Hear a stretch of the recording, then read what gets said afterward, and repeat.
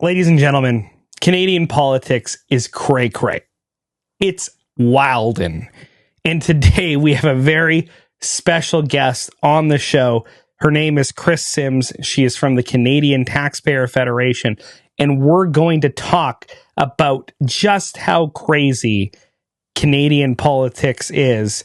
Whether it's Mark Carney and his recent installation, his coronation as the Liberal leader and as the new Prime Minister designate, whether it's Canada's crazy tax policies or the insane tariff wars, we cover all of that on today's program. So you're not going to want to miss it. Stay tuned.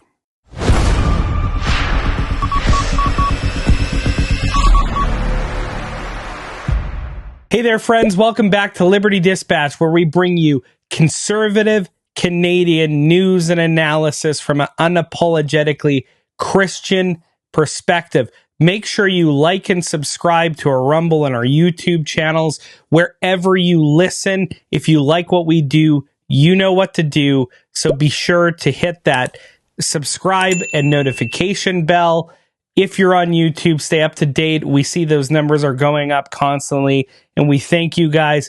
But you're going to want to go over to ldcanada.substack.com if you want to get yourself full access to every Liberty Dispatch episode, as well as the full-length interviews that we do from time to time, as we are doing today. So if you want to listen to today's full interview, you're going to have to go over to ldcanada.substack.com to sign up as a paid subscriber to get all access to all our content. So you're not going to want to miss that. We have some amazing interviews coming up for you in the not too distant future, including with Dr. Joseph Boot and Dr. P. Andrew Sandlin, and just a bunch of other friends on the Canadian political landscape as well. But today on the show, we have a very special guest for you today, and we are joined by our friend, the Alberta Director of Communications for the Canadian Taxpayers Federation, Chris Sims. Hey, Chris, thank you so much for joining us on the Liberty Dispatch. It's truly a pleasure to get the opportunity to speak with you tonight. Yeah, it's awesome to be here. Thanks. Yeah, well, I know I speak on behalf of Andrew when I say we've been distant admirers of the work that you guys have been doing at the Canadian Taxpayer Federation, and we're so really appreciative. We think you're doing God's work in the sense that you're holding our wild politicians and crazy bureaucracies' feet to the fire. So we're always really thankful for what you guys are doing, shining a light on the swamp there in Ottawa. Oh, it means a lot to all of us. It's a team effort for sure. So thank you so much. So, Chris, there's no shortage of things going on in politics in Canada. When we started this show, people are like, "Oh, do you really have enough things to talk about in Canadian politics? It's all so boring." And then COVID happened, and the rest of the last 4 years has been absolute craziness. But the biggest thing in the news, aside from the tariffs and the trade wars, and I'll ask you about that later, is the recent leadership race. We now know who the leader of the Liberal Party is, and the Prime Minister delegate is one Mark Carney. And I was just wondering, what are your thoughts on that whole situation? We were told by Justin Trudeau that it's going to be a fair and competitive election that's going to be, nationwide to find this Liberal leader. But in the words of Ruby Dalla, it seemed to be a coronation of Mark Carney. So what's your kind of thoughts on Carney and the whole leadership race of the Liberal Party? So as far as the Canadian Taxpayers Federation goes, we kind of leave that up to the political parties to pick their leaders how they see fit. Like, for example, the NDP has a funny way too, like their constitution is nationwide. So really the federal leader is technically the leader of the entire party, including the provincial wings of the party. They're a little bit different that way. They all have to agree to socialism, for example. The Conservative Party in its current iteration is very similar to the way that the Reform Party and the Canadian Alliance used to be, very grassrootsy. And when they get ticked off at a leader, the caucus can give him or her the heave ho. So it's pretty grassrootsy and democratic from what we can tell from there. And then with this Liberal leadership race, I've seen this happen before. Before I became the director, Alberta director here at the CTF, I was a journalist for a long time on Parliament Hill, and I've seen when the Liberal Party wants to get a leader in quick. So when they put in Michael Ignatieff, people might remember that, it was very kind of quick. And it was very similar. Now, of course, he didn't automatically become prime minister. This is an exceptionally rare situation, but I have seen them move fast. What I found interesting is I was able to find out a little bit of the breakdown of votes and which regions they were coming from. And I found it very interesting that in regions like downtown Toronto and downtown Vancouver, downtown Ottawa, they were getting a high percentage of votes. But in areas like the 905 or the London, Ontario, the more I would call working class-ish type spots, they had lower amounts of voting. So I don't know what that means within their own party, but needless to say, it seems like a lot of folks are upset. I was a little bit surprised. I figured Carney was going to win because you can tell. You can tell the moment that the Brain Trust, from the moment that Gerald Butts and the Brain Trust from the PMO pick someone and all the cabinet ministers are lining up behind them, like it's kind of obvious what's going to happen. But I was surprised with how few votes Chrystia Freeland got. Apparently she even lost in her own riding, which was quite something. So yeah, Mark Carney it is, and he's going to get sworn in soon, officially as Prime Minister by the Governor General. Yeah, and obviously a very unique situation, shall we say, of having a completely first time in Canadian history where we're talking about an individual who's completely unelected in the sense that never having been elected to public office prior. We've had situations kind of similar where, he wasn't a member of the House, whatever. But this is unique in that sense. So what do you make of the state of Canadian democracy, shall we say? We hear a lot about our democracy, and then it seems like our democracy crowd is pretty excited to install their leader with less than, I think, 150,000 votes from even their own membership. Yeah, it was quite something. So we have had situations similar-ish, but to your point, it's never been somebody who's never been elected. So previously, John Turner had taken a turn out of the House of Commons, but he had already previously been a member of Parliament. Back in time, back through history, right around the Second World War, we had situations where it was a former senator or things like that. But to your point, Mark Carney is brand new. He's never run for election. He's never been in a by-election even. So this is a new thing for him, and it's a new thing for Canada. And it is a little bit odd, sorry to nerd out, but a lot of people have been asking, especially some Americans, like friends of mine and stuff, they've been texting. So it's a bit odd in our Westminster system where you don't need to be a member of Parliament to be a cabinet minister. Okay. The Prime Minister is the first minister of that cabinet for His Majesty the King Charles III. That's how our constitutional monarchy works. But this is one strange moment where things kind of aligned, and he is now instantaneously going to become Prime Minister. Now, a lot of folks have been asking for an election. That is something that a lot of folks who want accountable government have been pushing for. Typically speaking, so the rule of thumb is usually somebody who gets elected party leader needs to hold an election soon in order to get a mandate. So, for example, when Alberta Premier Danielle Smith became leader of the UCP, yes, she had been an MLA before. She had been a party leader before with Wild Rose, so she wasn't a newbie. But she hadn't faced a general election for the premier's job. She held a vote very quickly thereafter. Similar thing happened way back in the day when Kim Campbell, people often refer to her as having a prime minister summer job. Kim Campbell was only in the office for a few months before they had a general, and they were reduced to 2 seats. So my spidey instincts are telling me that they're going to go soon. And I think they're also going to go soon because they're up in the polls. Yeah. Yeah. I was going to say it's, I think, expedient for them at this moment, given what we've seen with some of that polling recently, whether you believe it or not, now is the time if they're going to try and kind of seize on this momentum that's behind Carney, because it seems like actually the more we get to know about him, the less people like him and the more scandals come out about him. So I kind of want to touch on that point. Yeah. Obviously, liberals, they're trying to, I mean, certainly this is the branding that Carney's given to himself. He's trying to run as an outsider. He's trying to say, well, I'm not a part of this government.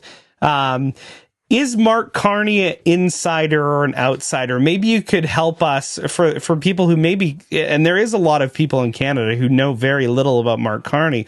Maybe you can help our listeners. Who is Mark Carney? Is he an insider? Is he an outsider? What's his track record? Is he someone who we can trust? I'm so glad you're asking these questions because it's so important to know who this man is and why he wants to be prime minister.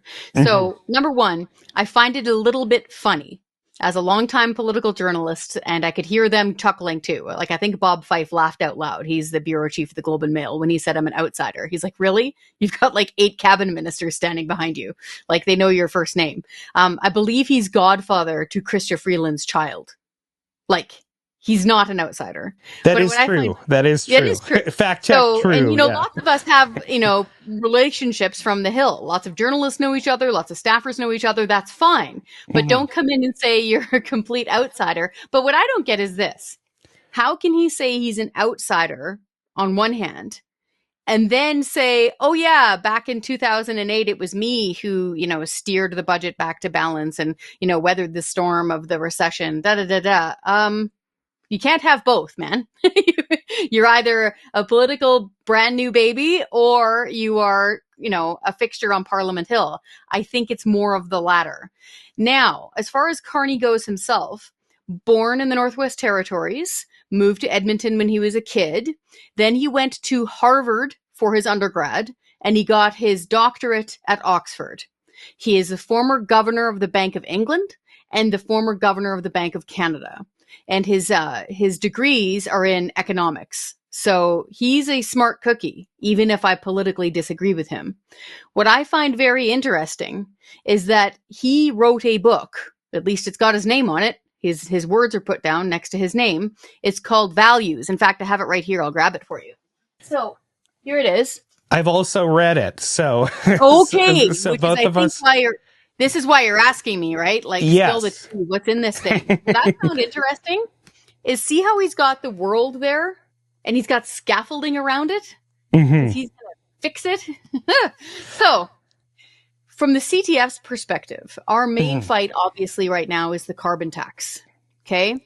Rightfully so. Subsequent to that is trying to get the government to stop strangling our natural resources. Why? Because they're the lifeblood of our economy. And if we don't have things like Alberta oil and gas, we can't do stuff with money like roads. That is the simplest way that you can put it, which I appreciate, Chris. I greatly appreciate that commentary. Yeah, big time. And so what struck me, and I'll let you jump in here, I want to know what jumped out at you with this book. A few things jumped out for me. One, the carbon tax is like a keystone to his worldview. Oh, so yeah. This is it's all through the book, right? Like carbon pricing is just like an essential element to his ethos. So the idea of him suddenly tossing it aside completely, that's like a vegan ordering a steak. Yeah. You're like, okay, you might be going carnivore, but let's see you choke that down. Like, yeah. I don't know, man. But he said he's going to get rid of the carbon tax first. Then he switched and said he's going to change it. So the carbon tax is a huge element of this book. Big part of his life. 2, he thinks that 80% of oil and gas needs to stay in the ground. Yeah. That's a big deal. And 3, he believes in something called personal carbon emissions budgets. So when he sees you and me, like driving or going to the store, our hot water tank, he sees us with like a little blinky budget, a digital budget above our heads.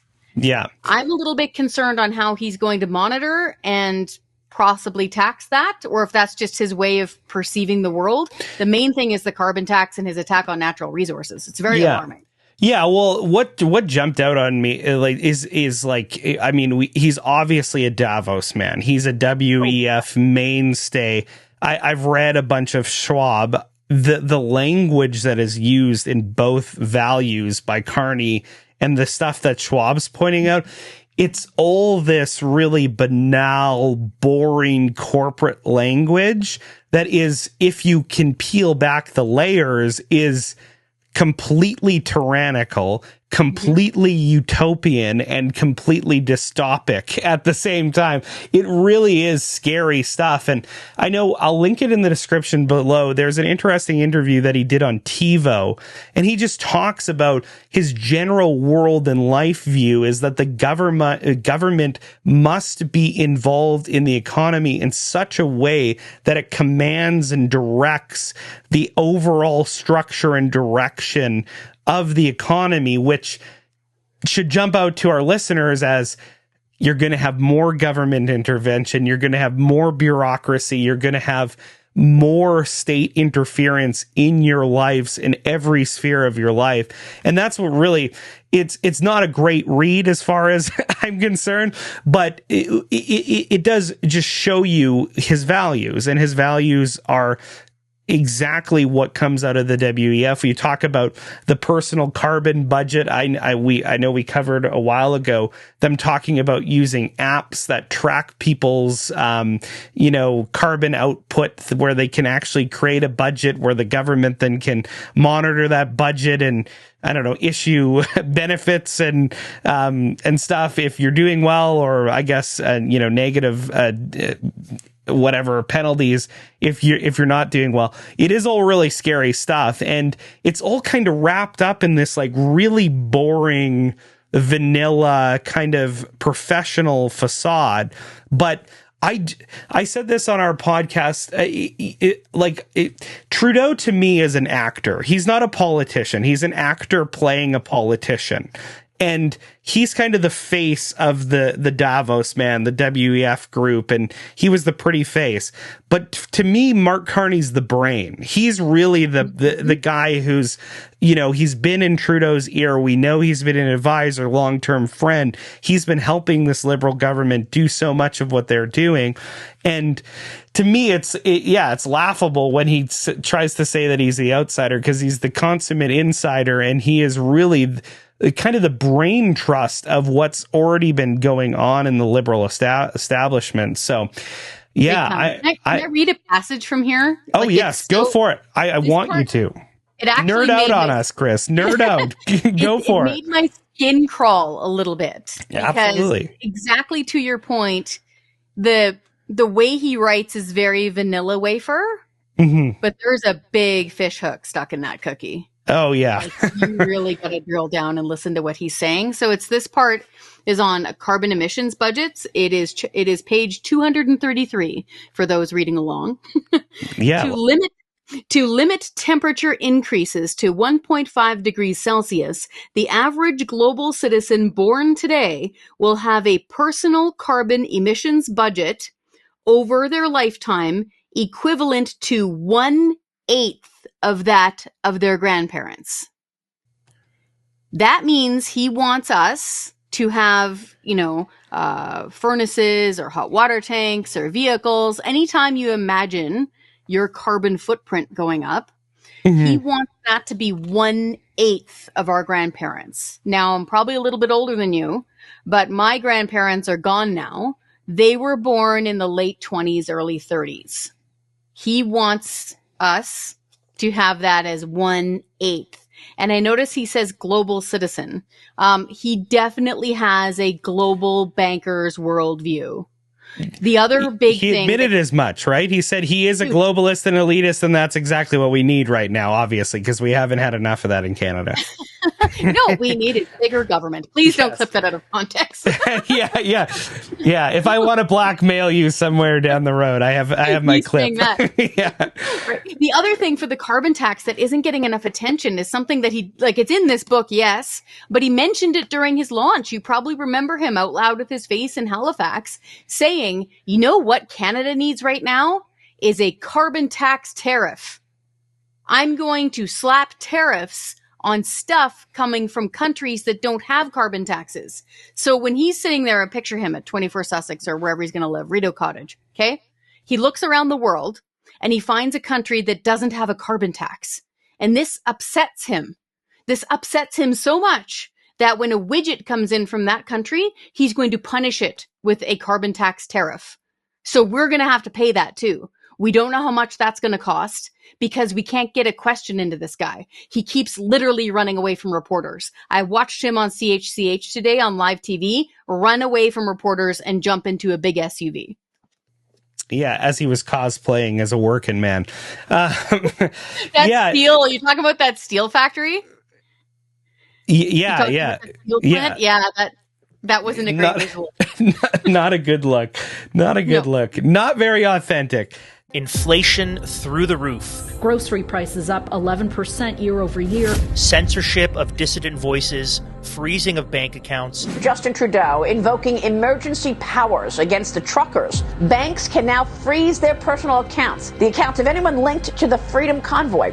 Digital surveillance and communism spreading. What do we want? Basic income! With the basic income, and I felt a sense of security because I didn't have to worry about not going hungry, and I didn't have to worry about being kicked out of my apartment. The government is on the verge of bankruptcy, and they're coming for your money. Is Canada's federal debt increasing in real time, now surpassing $1.2 trillion?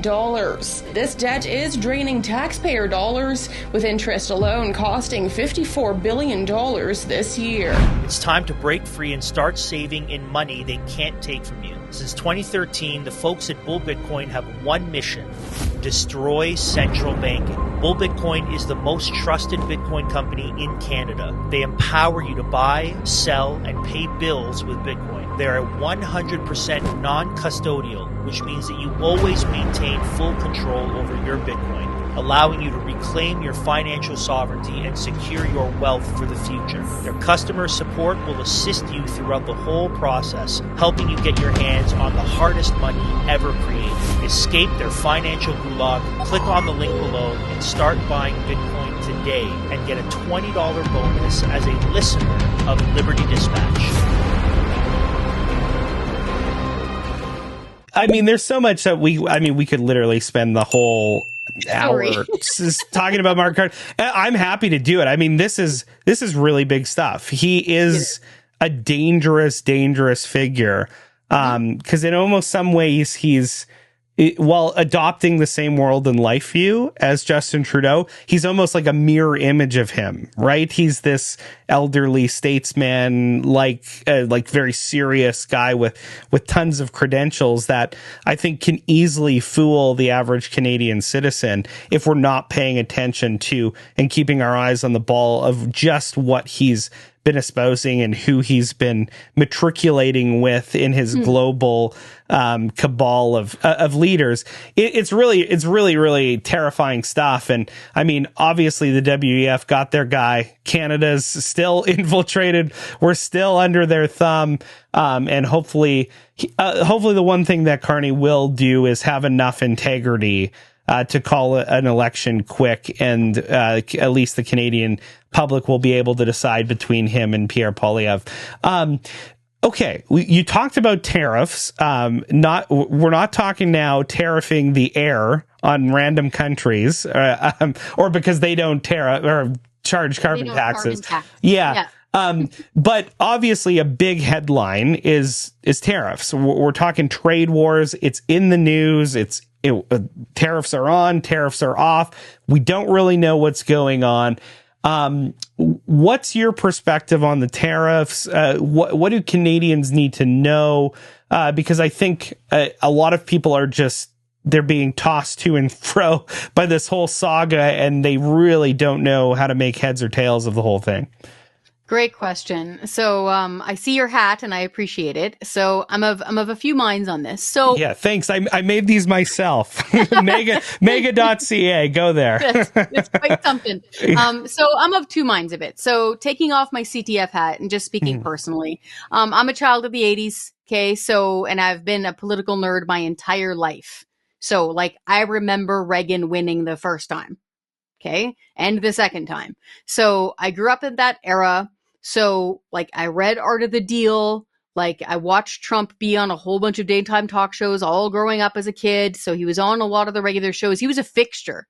Okay. Donald Trump was kind of like a byword for wealth. Okay. Like, you know, getting in there and winning it big, being a little tacky, sure, but was a major winner and a deal maker. And so I appreciate his approach of getting stuff done from that perspective. And I know why a lot of folks like him, including a lot of people who I would describe as pretty libertarian or slightly right of center here in Canada. The problem right now is that, of course, we're in Canada. We are Canadians. We're not Americans. And he is tariffing our stuff. And that is eventually going to hurt people. Unfortunately, it could lead to job losses, which is a real thing. And it could lead to much higher prices on things.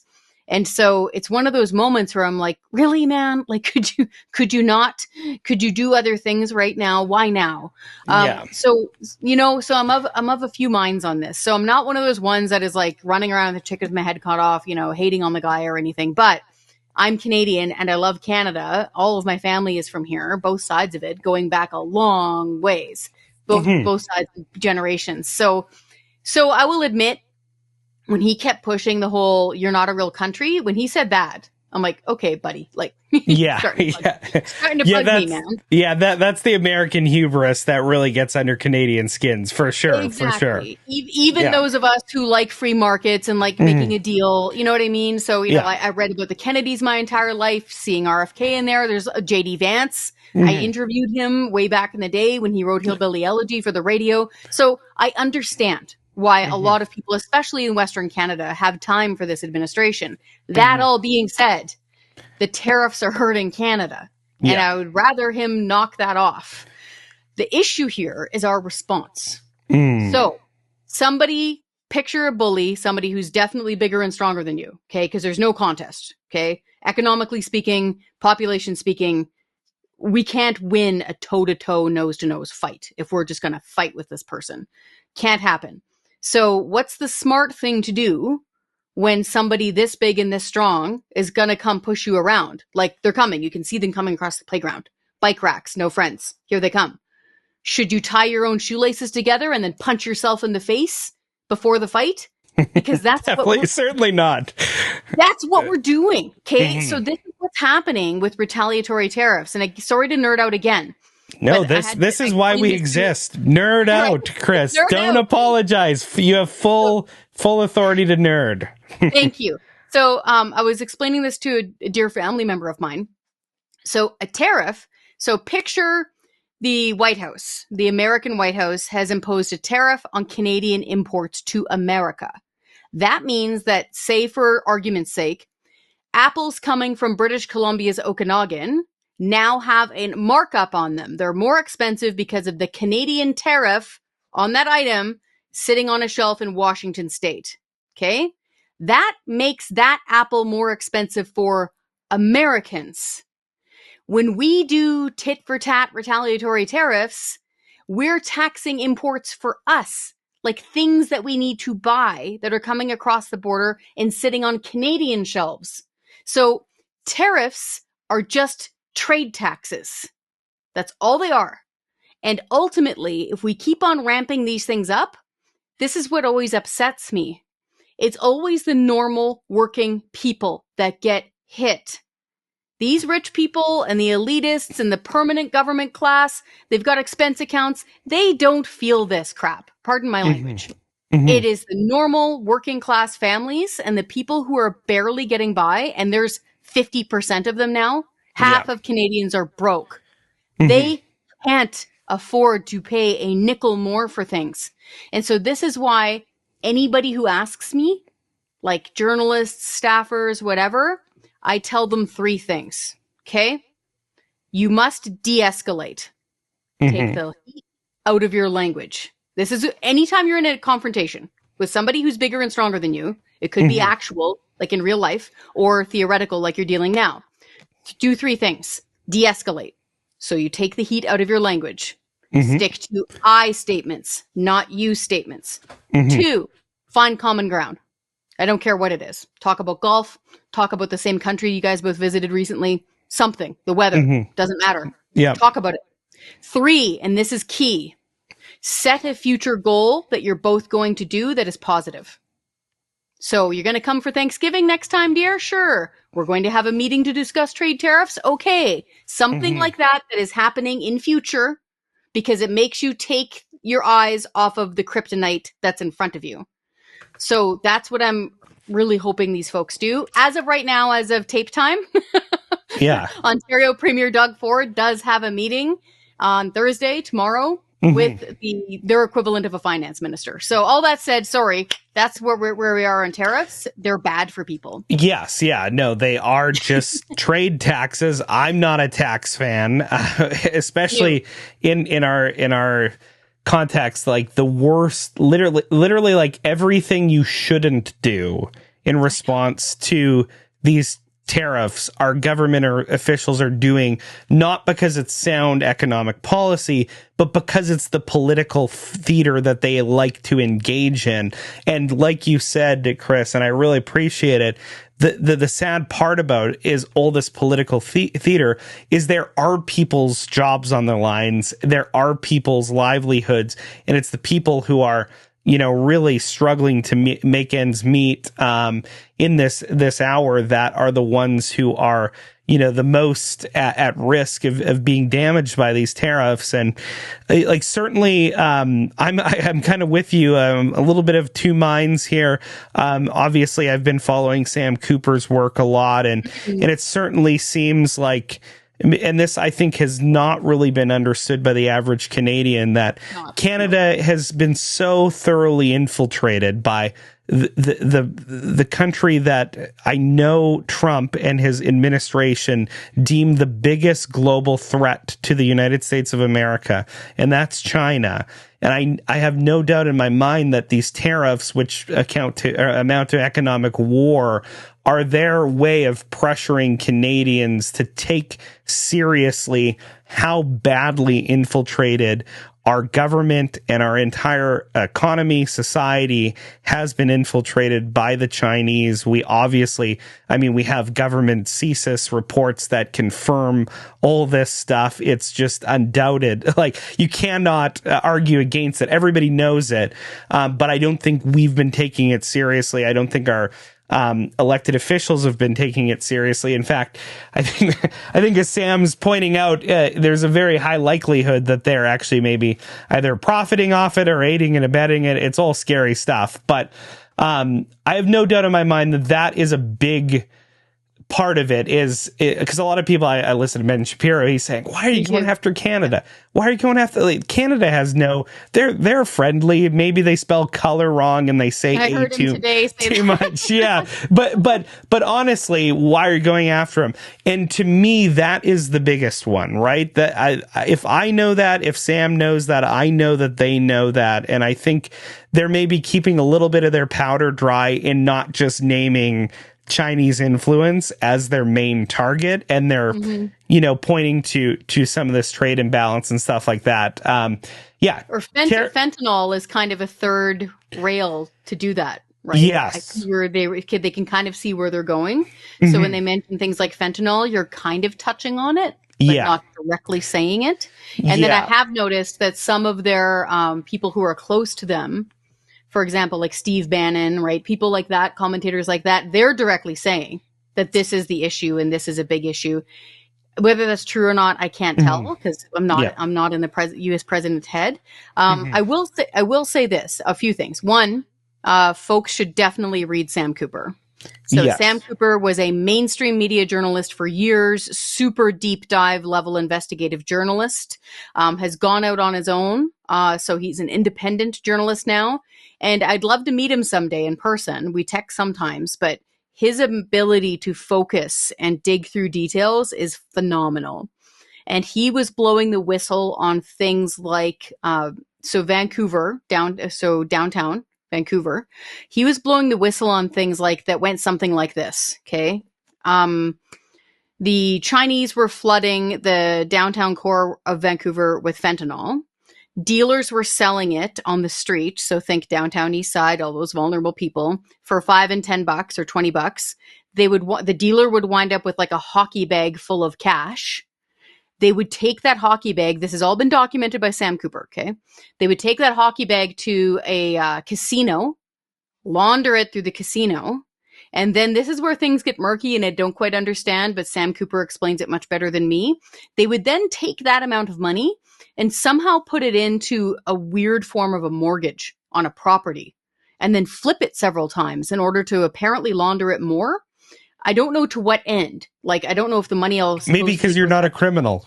Yeah, right? Like, I'm not in on it. Yeah. But all that is to say, definitely read Sam Cooper because he gets right into the guts of it. And he's very courageous. Yeah. And then, very briefly, what I didn't understand is, so when U.S. President Donald Trump said it's about the fentanyl, I'm wondering why other parts of Canada didn't take that at face value and take it more seriously. So Danielle Smith seemed to take it seriously. She really amped up her border security. The Alberta sheriffs were deployed. We had helicopters. I'm here in Lethbridge. I could see the helicopters flying overhead. Like it's very serious. It still is. Yeah. So people may have their suspicions that no, Trump's trying to financially restructure the tax system in the United States and he wants to use tariffs instead of taxes. Maybe. But why did we try to eliminate the face value part off the table to begin with? That part I don't understand. And seem to take it seriously, right? Because all the language, and this has been bothersome to me. Both Andrew and I are no fans of basically any of our parties in Canada. We think they're all squishes. But the thing that really drives us crazy is when every single party leader, no matter where they are in the country and no matter what team jersey they're wearing, comes up with the exact same plan of attack, comes up with the exact same language calling them unjustified tariffs. Like you said, the whole tack that you want to take in the negotiation process might not being poo-pooing the concerns of, the American president, especially in light of the fact that we're talking about like hundreds of thousands of people are dying year over year because of the fentanyl crisis. And if you want to just kind of poo-poo it because you're looking at statistics that say, well, illegal immigration, it's just 1% and only, 43 pounds of fentanyl was seized over the border. But what Sam gets to is like, okay, well, maybe we're not the final step in production, but if you're allowing money to get out of China to be laundered through Canada to then buy the precursors of fentanyl and to ship that to drug gangs, cartels in Mexico in which they make the fentanyl and bring it over the border, then you're an integral cog in that machinery. And that ought to be something, to my mind, that you ought to take seriously and maybe not downplay. Now, it does seem like since Danielle had come out, a week ago or at the start of this week, or time has no meaning anymore. Like drinking from a fire hose. It does seem like she has kind of taken a different approach and different tact again. And she's certainly kind of counter signaling some of the really, chest bumping that obviously that the boys are doing back east. Doug Ford has been doing. Exactly. What a dork. Anyways. Well, it's just, I will say, like, as a woman, it's easier to be diplomatic and soft soap. And I'm here to do a charm offensive and a smile and, really bring you over. And Trump likes that. Trump likes that. It is easier to do that as a woman, right? Yeah. And to be as fair as I can, because again, we hold all politicians to account. It doesn't matter what party they're from. To be as fair as I can, it's a little, I can imagine, I'm not a dude, so I don't know, but I'm around dudes all the time. So I can imagine it would be tough to need to look tough enough to Trump that he respects you, but not overplay your hand so that he gets enraged. Yeah. So you can't look weak, but you also can't overplay your hand to the point where he freaks out. So I think that's kind of the line that Doug Ford's trying to walk right now of like, okay, I'm going to cut off your power or, you know, rack it up by 25% for a tariff or, you know, make it more expensive. And then Trump comes back. He's like, okay, I'm going to up your tariffs to 50%. And what I'm going to do to you next is, quote, going to be in the history books. Like, geez, man. It's biblical. Like, just, I know exactly, right? I'm waiting for the comet to hit. Yeah, right? geez. Come on. But hope it sounds like cooler heads have prevailed and they're going to try the charm offensive again. Yeah. So I hope that works. All this to say, like, again, tariffs are just trade taxes. And when they start hiking them up on both sides of the border, job losses are devastating, especially for working class families. Like that means you're losing your house. That means you're losing your truck. You can't afford to feed your kids. Like that is brutal. Yeah. So people, I would not wish that on my worst enemy. Like people really need to take that serious. And it's that's why I was disappointed. Even just narrative speaking. Why didn't they take the whole fentanyl thing seriously, at least at its surface, and address it to at least remove it from the table? So then we know we're just talking about tariffs or we're just talking about protectionism, something like that. At least eliminate it as a category, because I think... And be proactive, right? Like, that's the thing. Like, it's only after Trump is taking a bat and breaking our knees that we're then kind of responding, right? Instead of actually, like, coming to the table, hearing his heart on the matter, and then taking it seriously. It's only been as he's, like, put the most, like, maximum amount of pressure and leverage on us that we even budge, right? A little bit, right? And I think that's annoying. I just want to jump in quickly. Because, like, again, not as a CTF person, but I was a radio host for years, like talking to people. And then I was a producer booking them and I've talked to people in like literally like a prime minister or like a prisoner who's like behind bars, but they phoned in, right? So you need to really try to actively listen to someone, especially if they're upset about something. So I'm in here and I'm mad about whatever it is, gas taxes being too high, or I just lost my job, or something like that. It's always a good idea to actively listen and meet people where they are. And if you meet people at face value with these two gentlemen, so picture the president and the vice president who are in the White House right now. The president, his brother died of alcoholism. So Trump doesn't drink and he doesn't smoke and he doesn't do drugs. He feels very strongly about this. Anybody who's listened to him on a longer form podcast where the host has kind of joked about it, he's like, you need to get your life in order, son. Like, he gets real serious. 2, the vice president, J.D. Vance, grew up in abject poverty. And his mother, God bless her, who's clean now, was a drug addict. Like, these people, like, they feel very strongly about this topic. So even if this is just, you know what I mean? Even if this is just about taxes and tariffs and costs and money, those two individual people have got a pretty incredible story when it comes to these substances. So maybe give them an ear. No, and that I think that's a great context that I don't think I've heard anybody bring in. But just you know, these are human beings. I mean, you know, as much as we want to, you know, depersonalize politicians, these are human beings with stories. And Trump's been a teetotaler his whole life, and I think that's really important to understand. Well, okay. We're going to put a pin in that discussion. Okay. I have so much that I want to ask you that I want your perspective on, but I would be remiss if I didn't talk to you about taxes. You are from the Canadian Taxpayers Federation. You know, we talked about tariffs, you know, putting import taxes on goods, how that's, you know, really crippling the consumer in Canada as a response to these tariffs.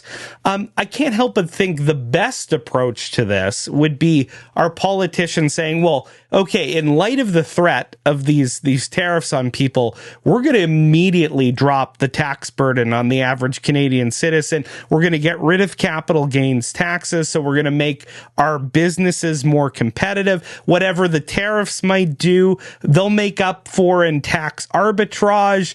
All these things seem to me as just much more clear-headed, economically sound ways of approaching the whole trade war. Like, you know more about the taxes. Like, what do you think should be the tack and the approach from, let's say, the Pierre Poilievres and the Daniel Smiths of the world? Let's drop the political theater and think clearly about this whole situation. What would your advice be to them if you had their ear? Okay, I'm glad you're in another room because I'm about to steal all the oxygen. You're setting me on my course here. Okay, number one, get rid of all carbon taxes. The consumer carbon tax, the industrial carbon tax, the secondary carbon tax, which is a government fuel regulation that makes things cost more. Get rid of every single carbon tax. Okay, this will do something miraculous because the carbon tax makes everything cost more. Very briefly, as of right now, the carbon tax at its current rate, it's going up April 1st, keep that in mind. Currently, filling up a minivan costs you $13 extra just in the carbon tax, not including GST, which is added after. It costs you $20 extra to fill up a pickup truck in the carbon tax every time. Now we're getting into a big rig trucker who delivers everything we eat and use, maybe 5 times over. We don't know. That trucker filling up his big rig with diesel is spending about $200 extra every time he fills up or she fills up. I do know some women truckers. Now we're going to go to the farm. Okay. So farmers, yes, they have marked fuel for their tractors and stuff, but they have to pay the federal carbon tax to dry their grain and heat their barn. Don't know about folks in downtown Toronto, but try to keep a barn full of chickens alive in Cypress Hills when it's minus 30. It's just not going to work without fuel. So that's where the cost to farmers comes in. Okay. Now you've got the layering effect. So we just need to picture it. And here in Alberta, many institutions, in BC, they get exemptions most of the time. But in Alberta, most of the institutions, like schools and other buildings, have to pay the carbon tax too. It's crazy. So picture it when you wake up in the morning and you turn on your lights and your power is run by natural gas from the plant. That's a carbon tax. Turn on your heat. There's another carbon tax for your home heating. You drive to work to drop your kids off or whatever. There's your carbon tax in your car. You go to the grocery store. All of the food there has been carbon taxed if it was raised in Canada. I'll get into carbon leakage in a second. It was brought to you on a truck, which was carbon taxed. The building itself, to keep the hot things hot and the cold things cold and the lights running and the computers working, carbon taxed because it has power running. This is the layer cake from hell. That is the carbon tax in Canada. And that's just the consumer carbon tax. That's the one that Mark Carney is promising to change/hide on us. Then we start getting into crazy town with industrial carbon taxes. This is what blows my mind. Okay, here we have this big fight of, oh my goodness, President Trump is going to steal all of our industries and our manufacturing, and that's a real threat. That is a damn real threat. Pardon my language. It's a darn real threat. It's a clear and present danger because factories that make things can leave. They can pick up and leave and go south side. So if they're here in Alberta, they can go to Montana. If they're in Ontario, you head across the border to Michigan. So this is the problem with the industrial carbon tax. And I like to picture it like this. So Mark Carney and his friends, will call them the big polluters. They're also the makers of things. They are the employers of people. They are the manufacturers of goods. It is like one of the engines of our economy in Canada. So I like to do this little imagination. Picture Donald Trump. He's in the Oval Office. He's in his favorite spot. He's wheeling and dealing. He's on the phone at the desk. He's trying to get fertilizer manufacturers and steel fabricators and all of these industrialists to move to the United States. Make the Rust Belt chrome again. Move here. And then he sees Fox News Business pop up. Canada has just hiked its industrial carbon tax through the roof. Entrepreneurs said that they don't think they can last here much longer. He would laugh. He would book the moving truck himself. So this is why it is so maddening to see these terrible tariffs being imposed on us by the United States.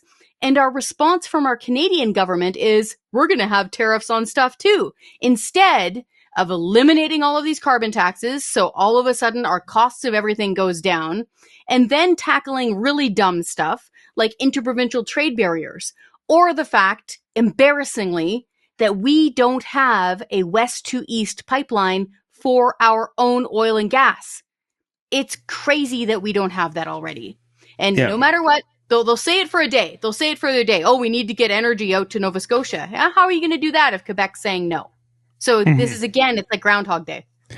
Yeah, well, I'm thankful. I'm thankful that I wound you up, because that was gold right there, and I think that is very helpful illustrations, obviously on the layered cake from hell that you were talking about, but also on how it makes Canada, it makes prices for consumers much higher, but it also makes industry in Canada less wealthy, less favorable. It really puts us in a dangerous spot amidst a United States of America that does want to cannibalize manufacturing and onshore it in the States. So it's really important that we understand this. And I think all of that is bad enough, but I almost think we give it too much credit when we call it a carbon tax, because the PBO has had to come out and say that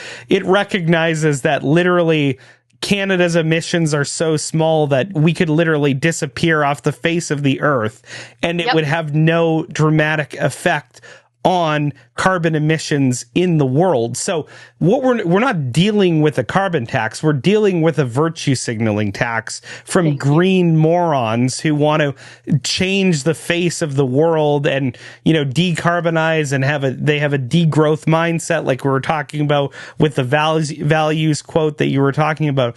This is all it's just so sad. And the people who do get the short end of this stick are the average Canadian citizens, as these utopian socialist Marxist idiots are doing their, manufacturing of our nation.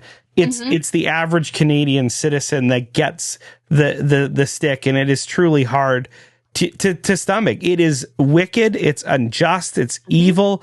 God hates it. He abominates this type of behavior, right? We think of, Samuel when he's talking about when the Israelites want a king over them. He's like, oh, they're going to tax you 10%. You probably know these numbers. How much do we get taxed generally as the average Canadian citizen in Canada? Do you know that number? Down. It's between 46 and 48%. And that's just the average. Yeah. Yeah, it's bad. It makes my skin crawl, actually. So the Fraser Institute puts this data out every year. I highly recommend people go read it. Basically, we are paying more in taxes, and this includes things that they try to euphemize. So things like fees and levies and all the other lies that they use in order to call it, instead of calling it a tax. A tax is a tax. We don't care what they call it. If the government is forcing you to pay more for something, that is a tax. Okay. If you add all of that together, Canadians on average are paying more in taxes than they are for food and shelter and clothing. And that's with our crazy high housing prices. That is obscene. That is absolutely obscene. And it's actually quite upsetting. If I can just for a moment get to the emissions part. Oh, yes. Yeah. I'm sorry that I stopped you. You were wound up and ready to go. No. You had me going on emissions there, and I wanted to jump in because it really bugs me. So let's just say that we are talking to a family member who really believes in this stuff. Okay. Like they think that they're saving the planet because they're paying an extra $13 on their minivan. They think that this is really working. I'm going to appeal to them right now. Okay, as Ronald Reagan would say, our friends across the aisle. Let's take what you're saying at face value. Let's say that emissions, global emissions, because this is a global thing, right? Global emissions are what keep you up at night and they get you out of bed in the morning. It's your main thing. Canada emits 1.5% of global emissions. Exactly to your point, God forbid, if Canada ceased to exist, we stopped making stuff. We stopped running our furnaces. We stopped driving our kids to basketball. Okay. Poof, we're gone. it would not make a dent in global emissions.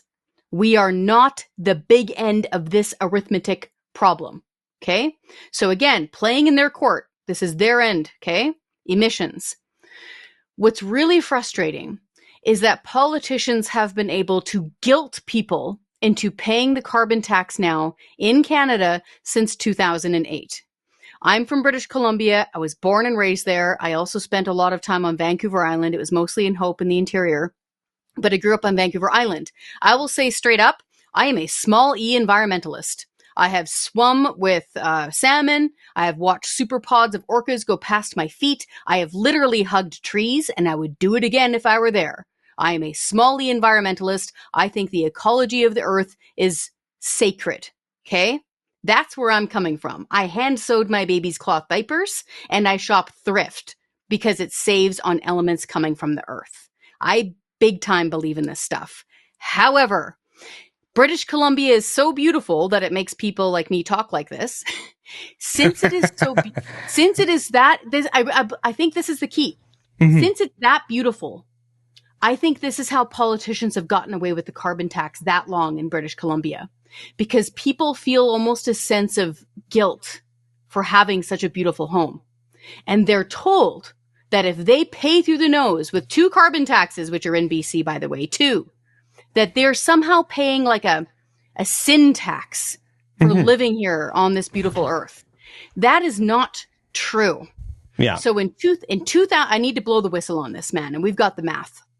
Since 2008, the BC Liberal government under Premier Gordon Campbell told British Columbians and Canada, because they used BC as a template. Keep that in mind. This was the first one to go, and Trudeau used this as a template. Gordon Campbell at the time said the carbon tax would do many things.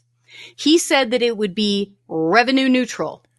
He said that it would cause a plethora of affordable alternative energy sources that we could just switch to. He said that it would stop at $30 a ton. We're now at $80 a ton for people keeping up.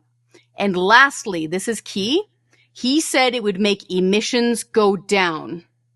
They said, when they put in the carbon tax, that emissions in British Columbia would be 33% below 2007 levels by the year 2020. Again, 33% lower. Mm-hmm. Emissions went up. No matter where you slice it. This is government data, man. Yeah. Yeah. I mean, yeah. So you couldn't have been more wrong about what's happening. Nope. And this is it. Like, we can beat them on the financials. Yeah. Like, them trying to say you get more back than you pay in. Like, that's just silly. Yeah. Like, you can't give the government a $20 bill and expect a $50 back at no cost to you. That's not how money works. No. They do not have a wealth generating machine under center block. Okay. One. Mm-hmm. So we can beat them on the financials, and we can point out how much this is punishing people like truckers and farmers and families. But even on their turf, when it comes to global emissions, they're failing. They're always failing. If they truly wanted to tackle the big end of the arithmetic problem, we should do something smart, like sell natural gas to India, which has 200 million people burning wood, coal, and animal dung every day. Super heavy emissions. Why not sell them natural gas? Yeah. No, it's true, right? Like, but the dangerous part is, like, I think it's James Lindsay is like all this stuff amounts to, like, their plan is that us as Canadians will starve while we freeze to death in the dark, essentially. Like, that's kind of the utopian vision that our globalist elites in Canada have for us. And the carbon tax, this virtue signaling tax that is a tax on literally the air you breathe. That's how big our government is, and how much they think they are actually literally God, that they're taxing the air that we breathe. It's unbelievably unjust and wicked and cruel. Like, it's cruel. It is, because we were talking about the fact, like, this is hurting those people who can least afford these taxes the most. So it is truly cruel. Chris, I've already had you longer than we planned for, but I do want to, behind the paywall question, I want one question to you, and I want to encourage people to go to our Substack, to go over there, LD Canada .substack.com. Go over there, check it out, and then you can get the full access to all our episodes, all these interviews like the one we're doing with Chris. So we're going to say bye-bye to the ordinary listeners, the paid subscribers. They can stay on and hear me ask Chris about the Doge of Canada and what Canada needs in that regard. So bye to our normal listeners. We'll see you on this other side of the paywall to our paid subscribers. Hey there, everybody. I really hope you enjoyed that conversation with Chris. She is a wonderful political commentator for Canadian politics, and the work that she and the team there is doing at the Canadian Taxpayer Federation. I don't exaggerate when I say it's God's work, in the sense that they are holding political officials, those in power in our nation, to account in a way that pretty much no one else is. So you definitely want to go check them out. Definitely want to sign up for some petitions. Canadian Taxpayer.com. What is it? No, it's taxpayer.com. Taxpayer.com. That's the Canadian Taxpayers Federation. Chris is a gem. We're so thankful that she joined the program. We hope you appreciated it. And if you want full access to the show, go over to ldcanada.substack.com and you can get full access. And you're going to want to get full access because we talk about the insanity of Canada's tax policies, and we talk about, a Canadian version of Doge. So if you want to hear that discussion, you have to jump with us behind the paywall in order to get that. So please do go over to ldcanada.substack.com, become a paid subscriber. It's a pretty small amount. It helps us keep the lights on, and it helps us keep having wonderful discussions like this. So I would encourage you to go do that. And as we say at the end of every program, it is for freedom that Christ has set you free. Stand firm, therefore, and do not submit again to a yoke of slavery. Until next time, everybody, God bless. Liberty Dispatch has been brought to you by SDG Media. If you want to stay in touch with us on all things Liberty Dispatch, join our email list, or support the show, head over to ldcanada.substack.com.